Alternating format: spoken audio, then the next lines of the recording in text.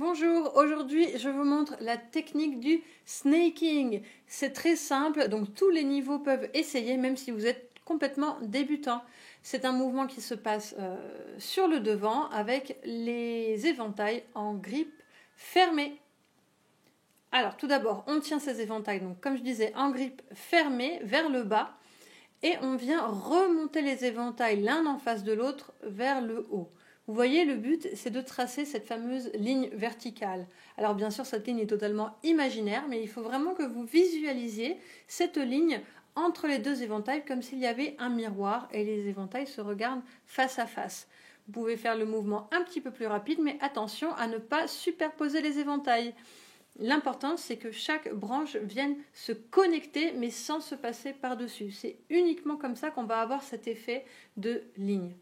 Cette ligne, on peut également la tracer à la diagonale. Donc on va ajuster son mouvement un petit peu en biais pour venir créer cette ligne d'un coin, par exemple en bas à droite, au coin en haut à gauche. La diagonale, bien sûr, elle marche des deux côtés, donc vous pouvez faire le mouvement de haut en bas. Et si vous avez envie de créer beaucoup plus de mouvements, vous pouvez vraiment venir chercher dans les coins le plus loin possible en vous baissant et en vous hissant en face pour créer un mouvement beaucoup plus visuel, beaucoup plus grand.